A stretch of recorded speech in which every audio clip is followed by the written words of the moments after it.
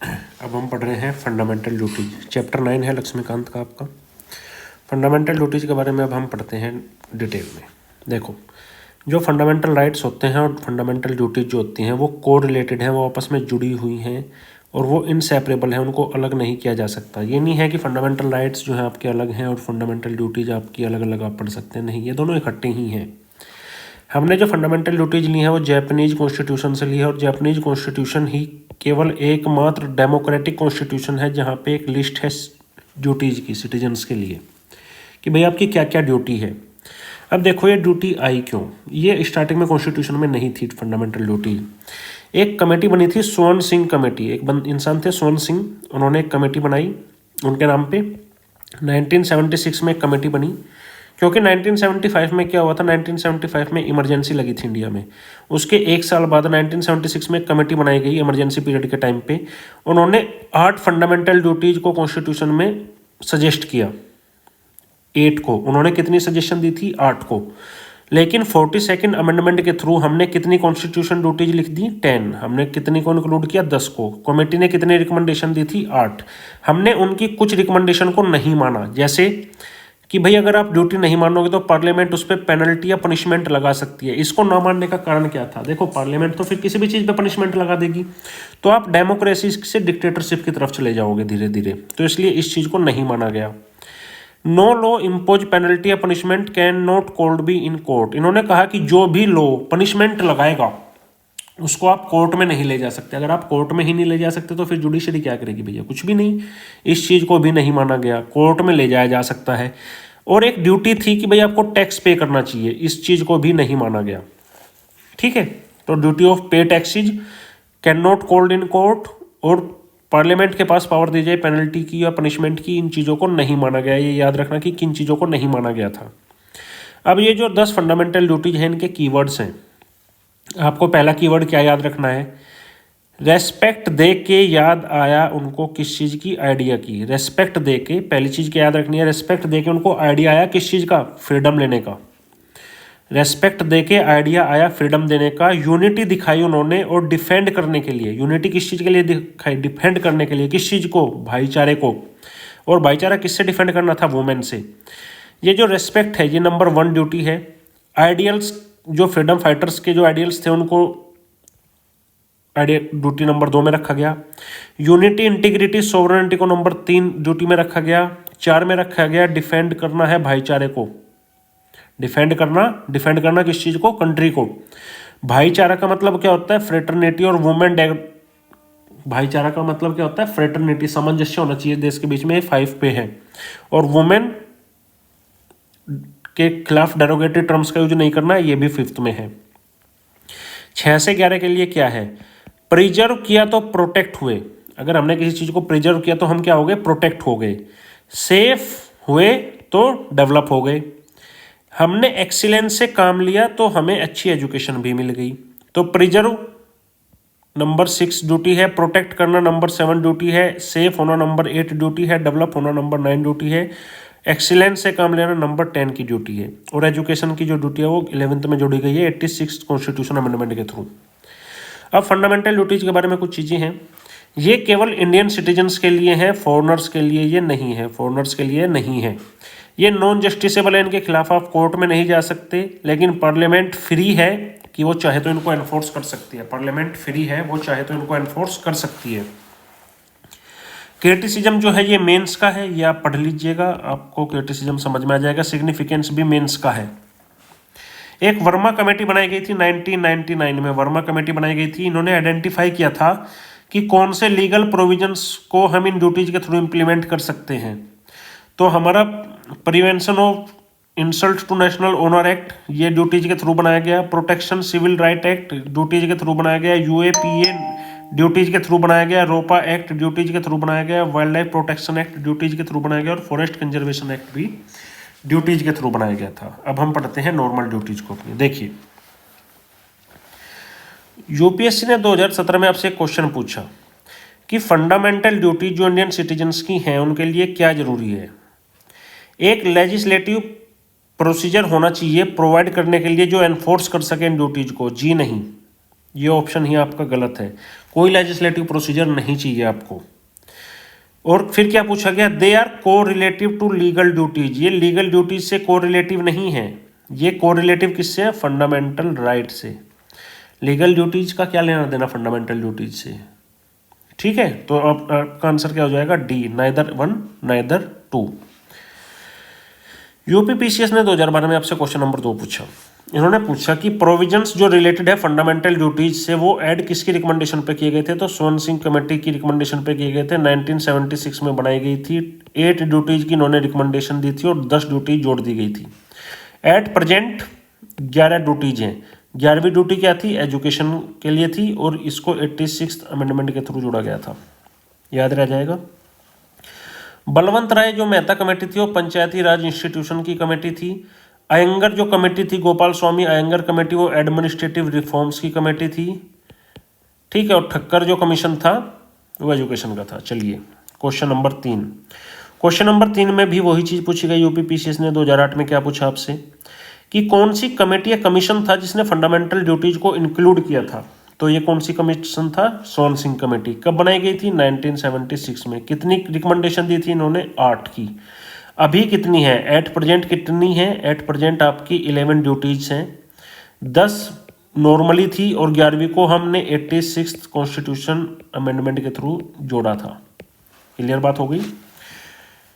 RS में 2021 में क्या पूछा गया, फंडामेंटल ड्यूटीज कॉन्स्टिट्यूशन के में जो जोड़ी गई हैं वो किसकी रिकमेंडेशन पे जोड़ी गई हैं, सोन सिंह कमेटी। सोन सिंह कमेटी कब बनाई गई थी भाई, 1976 में बनाई गई थी। कितनी ड्यूटीज को जोड़ा था इन्होंने, 8 को। प्रेजेंट में 11 हैं, 10 पहले से थी और 11th को हमने 86th अमेंडमेंट एक्ट के थ्रू जोड़ा था। क्लियर कट समझ में आ गई।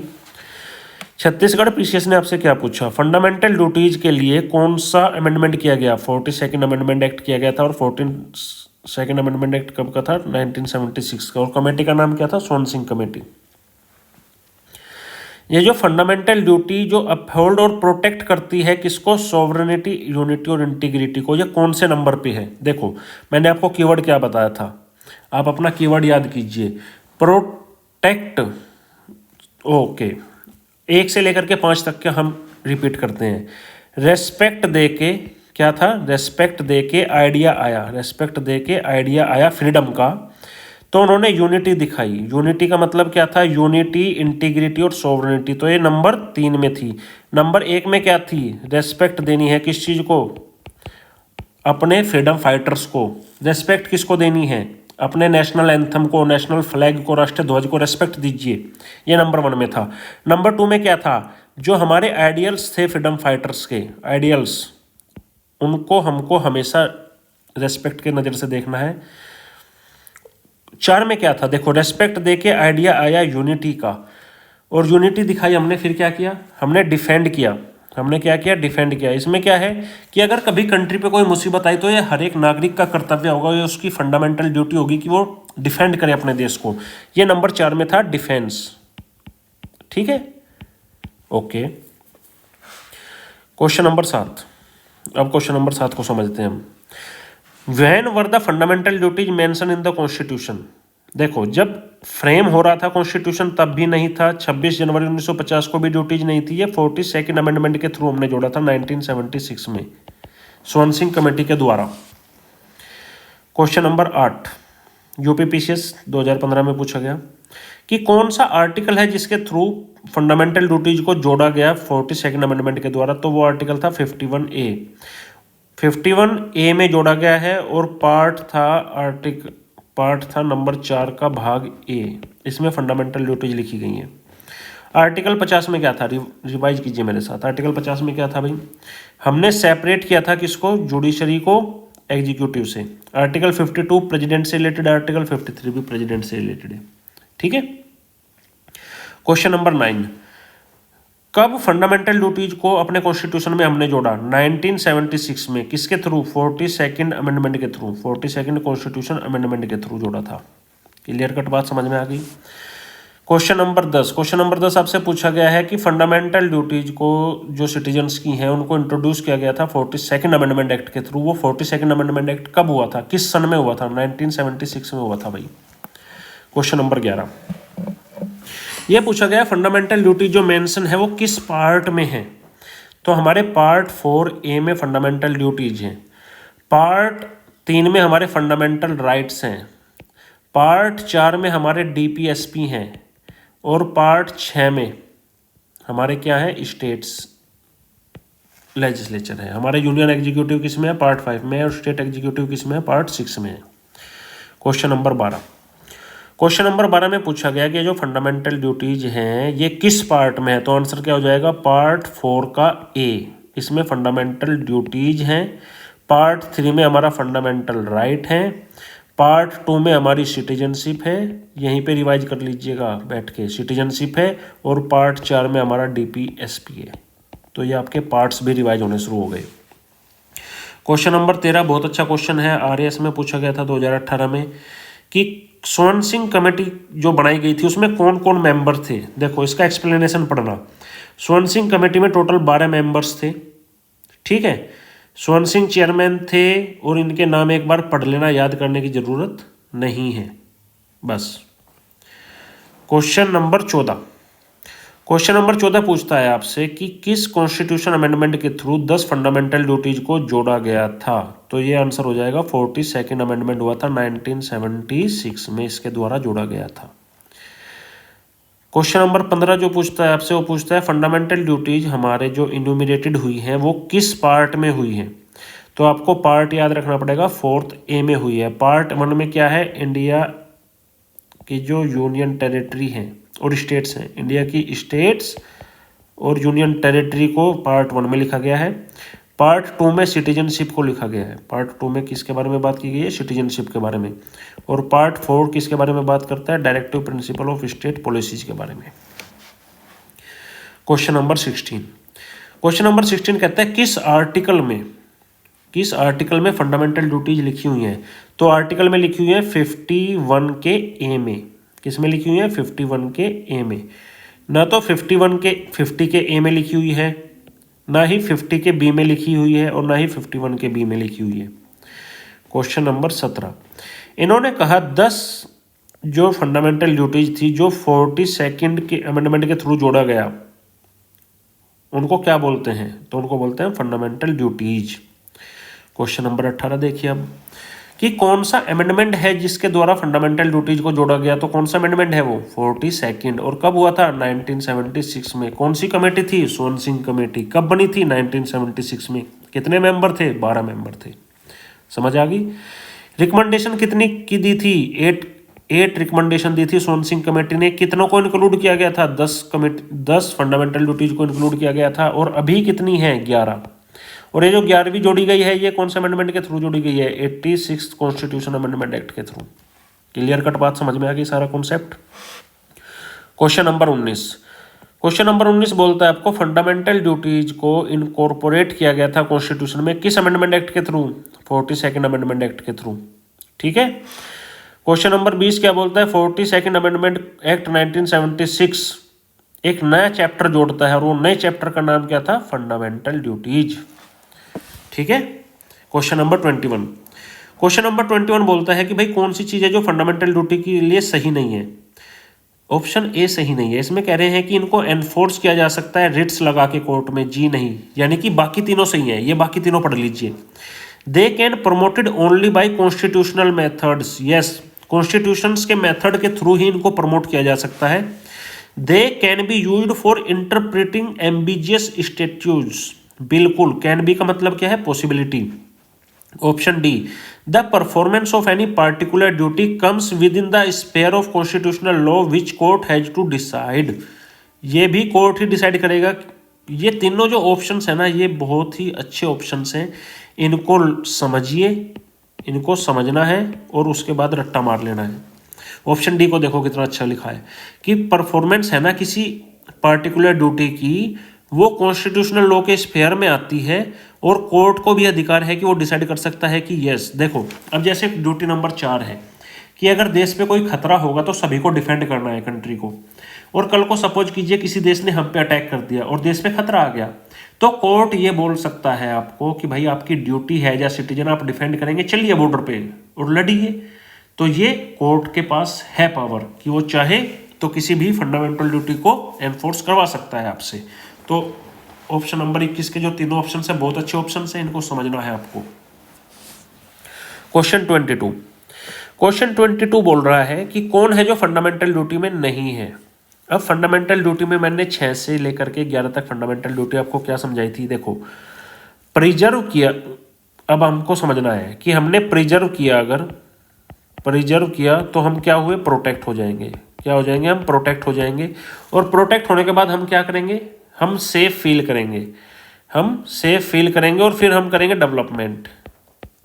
उसके बाद में हम क्या काम लेंगे, हम एक्सीलेंस से काम करेंगे, एजुकेशन भी मिल जाएगी, तो एक्सीलेंस से काम करेंगे।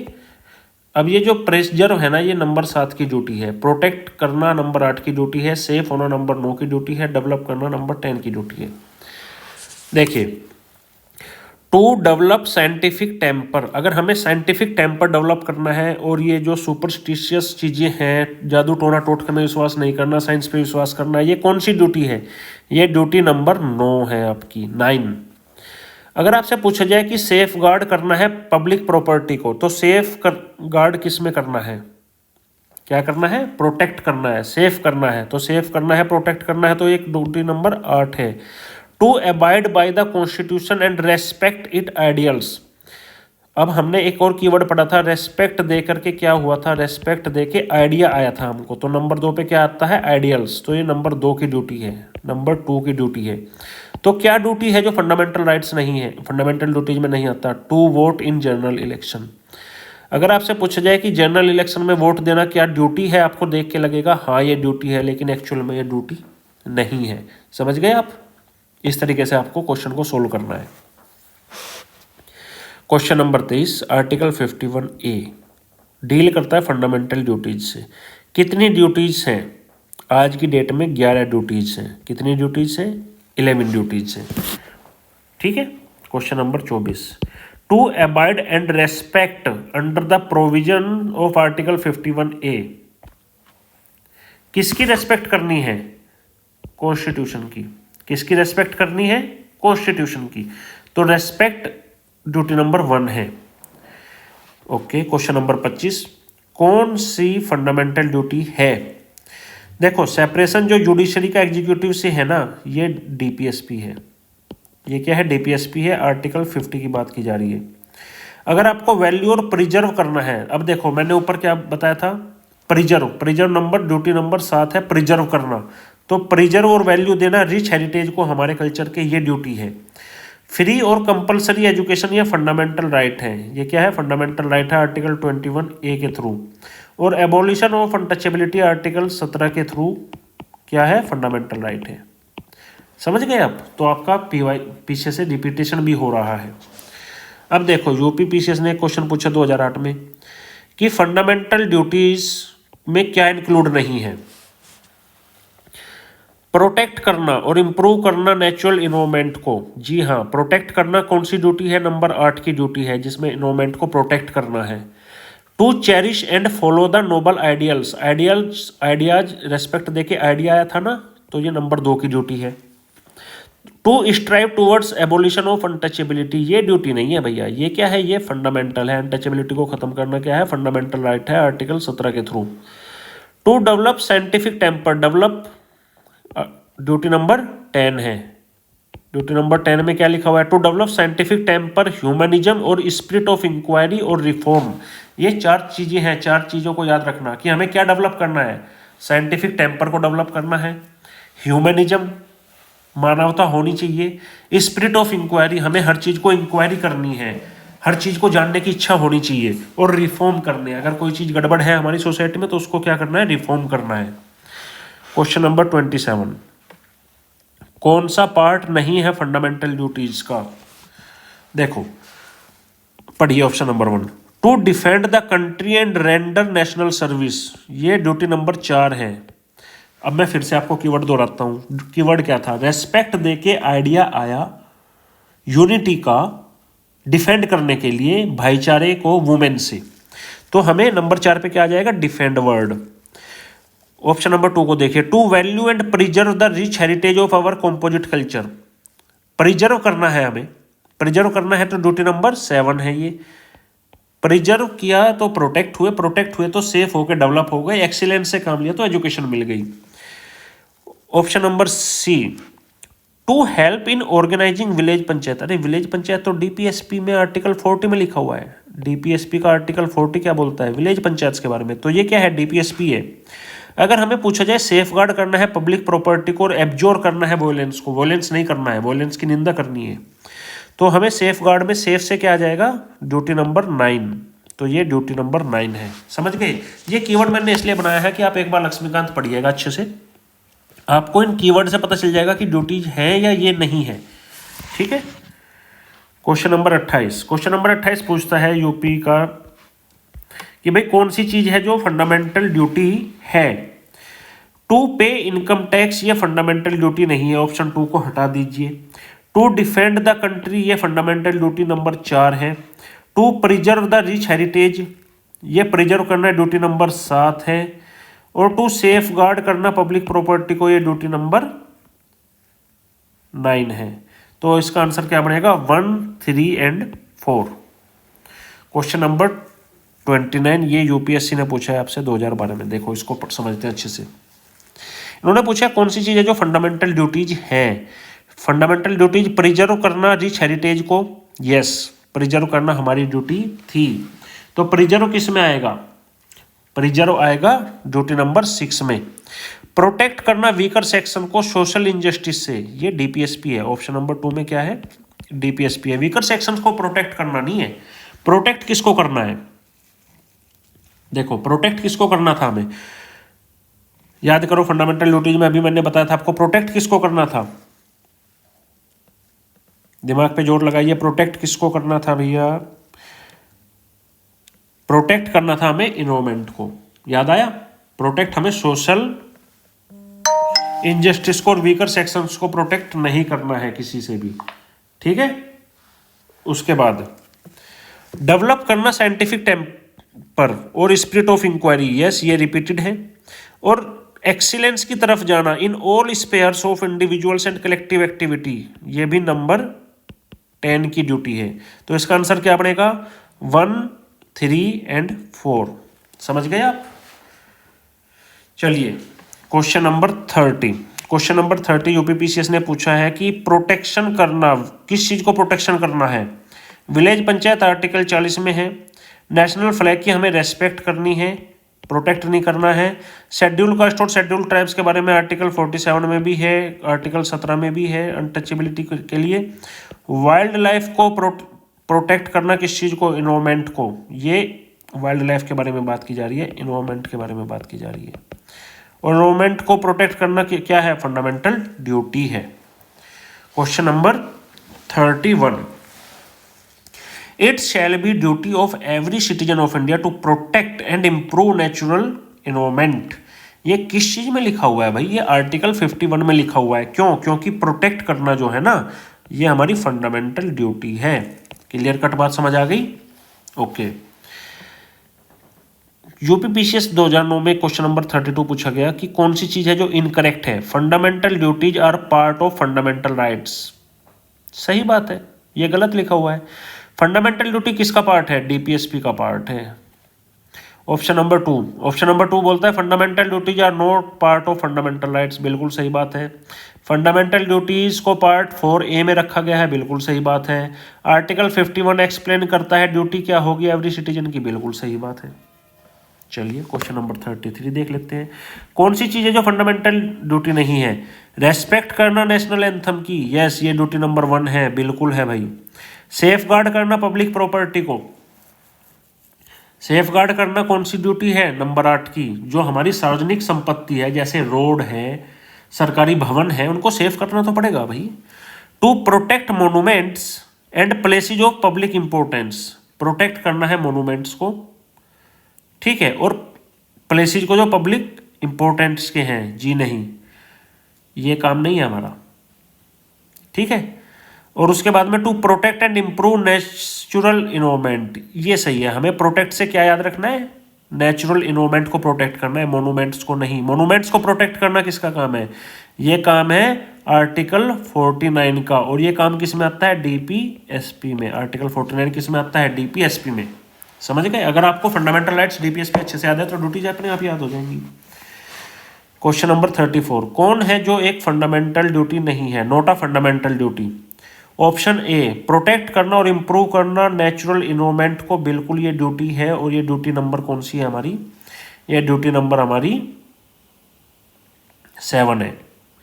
रेस्पेक्ट करना नेशनल एंथम की, ये भी हमारी ड्यूटी है। प्रोटेक्ट करना मोनूमेंट्स और प्लेसेस ऑफ नेशनल इंपॉर्टेंस, जी नहीं, ये डीपीएसपी है। और सेफ गार्ड करना पब्लिक प्रॉपर्टी को, ये भी हमारी ड्यूटी है। कीवर्ड याद रखने पड़ेंगे आपको, कीवर्ड याद रखो, रट्टा मारो, आगे बढ़ जाओ। नेक्स्ट क्वेश्चन नंबर 35 क्वेश्चन में क्या पूछा गया है कि कौन है जो आर्टिकल 4 पार्ट 4 के फंडामेंटल ड्यूटीज में नहीं आता?